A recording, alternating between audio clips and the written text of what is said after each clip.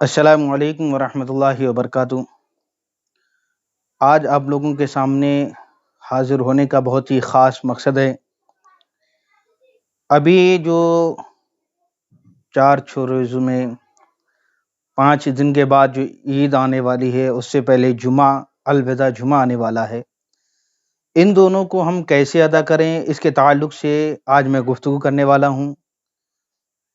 کہ ہم کیسے پڑھیں گے یا نہیں پڑھیں گے۔ اس کے تعلق سے الجامعۃ الاشرفیہ مبارک پور اعظم گڑھ، یہاں کے ایک مفتی نظام الدین محقق مسائل جدیدہ حیات علامہ مولانا مفتی نظام الدین صاحب قبلہ نے ایک فتویٰ جاری کیا ہے، اسی کے تحت میں آپ لوگوں سے کچھ گفتگو کرنا چاہتا ہوں۔ علامہ مفتی صاحب قبلہ اپنے اس فتوے میں جو شائع ہوا ہے کہ لاک ڈاؤن برقرار رہے تو جمعۃ الوداع اور عید کے لیے کیا کریں، الوداع جمعہ اور نماز عید کی فضیلت و ثواب کیسے پائیں، اس تعلق سے انہوں نے اس فتوے میں پوری بحث کر دی ہے اور بتا دیا ہے کہ ہمیں جمعہ کے دن اور عید کے دن کیا کرنا ہے۔ تو میں ان کا فتویٰ آپ لوگوں کو پڑھ کے سناتا ہوں۔ وہ اس فتوے میں لکھتے ہیں کہ پہلے ایک ایمان افروز حدیث سنیے۔ اللہ کے پیارے رسول صلی اللہ تعالیٰ علیہ وسلم ایک غزوے سے واپس ہوتے وقت جب مدینہ منورہ کے قریب آ گئے تو صحابہ سے خطاب کر کے فرمایا، مدینہ شریف میں کچھ ایسے لوگ بھی مقیم ہیں کہ تم لوگ جہاں جہاں بھی گئے وہ لوگ ہر جگہ نیت عبادت و ثواب عبادت میں تمہارے ساتھ تھے۔ صحابہ کرام نے عرض کیا، یا رسول اللہ، وہ لوگ تو مدینہ میں ہیں، ہمارے ساتھ شریک عبادت کیسے ہو گئے؟ تو سرکار دو عالم صلی اللہ تعالیٰ علیہ وسلم نے ارشاد فرمایا، وَهُمْ بِالْمَدِینَةِ حَسْبَهُمُ الْعُذْرُ، ہاں وہ لوگ مدینہ میں ہیں، انہیں تمہارے ساتھ آنے سے عذر نے روکے رکھا۔ یہ حدیث بخاری شریف جلد نمبر 2 صفحہ نمبر 637 کے حوالے سے یہ نقل کی گئی ہے۔ اس حدیث سے معلوم ہوا کہ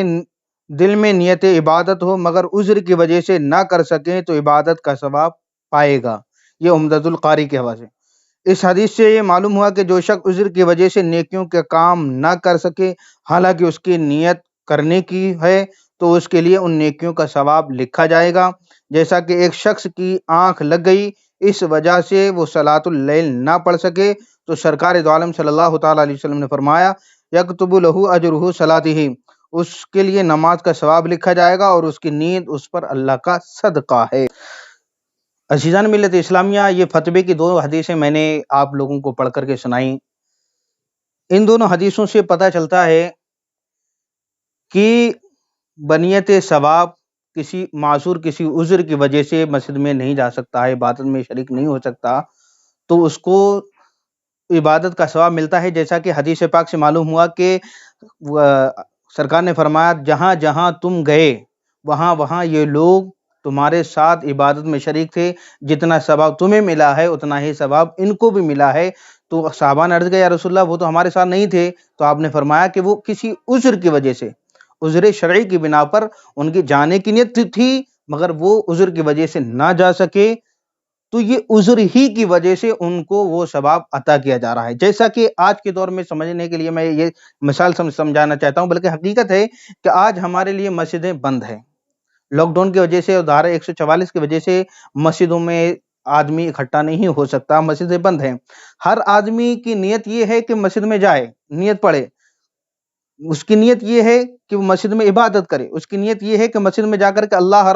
اللہ کی عبادت کرے، نماز پڑھے، عبادت و ریاست میں لگ جائے۔ مگر عذر کیا ہے؟ عذر شرعی ہے یہ کہ ہم 144 اور لاک ڈاؤن کی وجہ سے ہم مسجد میں نہیں جا سکتے۔ تو اس حدیث پاک کے تحت ہم کو یہ پتہ چلتا ہے کہ وہ لوگ جو خالی مسجد میں نماز ادا کرتے ہیں، 4 لوگ نماز ادا کرتے ہیں، 5 لوگ نماز ادا کرتے ہیں، باقی لوگ نہیں پہنچ پا رہے ہیں، تو ان دونوں حدیثوں کے ذریعے پتہ چل جاتا ہے جو لوگ نہیں پہنچ پا رہے ہیں اور اپنے گھروں پر جو نمازیں ادا کر رہے ہیں، وہ لوگ جو ہے اس بات کا شکار نہ ہوں کہ ہماری عبادتیں اللہ کی بارگاہ میں قبول نہیں ہو رہی ہیں، ہمارا ثواب کم ہو رہا ہے، بلکہ اللہ رب العزت ان کو بھی وہی ثواب عطا فرما رہا ہے جو مسجد میں نماز پڑھنے والے 4 آدمیوں کو عطا فرما رہا ہے۔ اسی حدیث کے تعلق سے ہی یہ بات سمجھ میں آتی ہے کہ وہ لوگ جو اپنے گھروں میں رہ کر کے عبادت کر رہے ہیں، نماز ادا کر رہے ہیں، ان کو بھی وہی ثواب مل رہا ہے جو مسجد میں رہ کر کے جو نماز جمعہ کی نماز ادا کر رہے ہیں، 5 وقت کی نمازیں جماعت کے ساتھ ادا کر رہے ہیں، تو ان کو بھی جماعت میں شریک ہونے کا ثواب بھی عطا کیا جا رہا ہے، انہیں دیا جا رہا ہے۔ اس لیے مفتی نظام الدین صاحب قبلہ نے آگے یہ بھی فرمایا کہ اس سال عید کی نماز تو اگر ہم نہیں پڑھ سکتے تو گھروں میں چاشت کی نماز 4 رکعت پڑھیں اور اس کے بعد 34 بار اللہ اکبر کہیں۔ ہم جماعت کے ساتھ عید کی نماز یا جمعہ وداع کی نماز ہم جو ہے مسجد میں جا کر نہیں پڑھ سکتے، لیکن ہمیں اللہ رب العزت اس حدیث مبارک کے تحت وہی ثواب عطا فرمائے گا جو لوگ مسجد میں عیدگاہ میں عید کی نماز ادا کر کے جو ثواب پائیں گے، وہی ثواب اللہ رب العزت ان لوگوں کو جو گھر میں رہ کر کے عبادت کریں گے وہی ثواب عطا فرمائے۔ اور یہ جو میں نے کہا کہ یہ 4 رکعت نماز چاشت کی پڑھنا ہے، یہ مت سمجھنا کہ یہ عید کی نماز ہے، بلکہ یہ عید کی نماز نہیں، بلکہ یہ چاشت کی نماز ہوتی ہے۔ سورج طلوع ہونے کے بعد یہ اس کو پڑھا جاتا ہے۔ سورج طلوع ہو، اس کے بعد جو ہے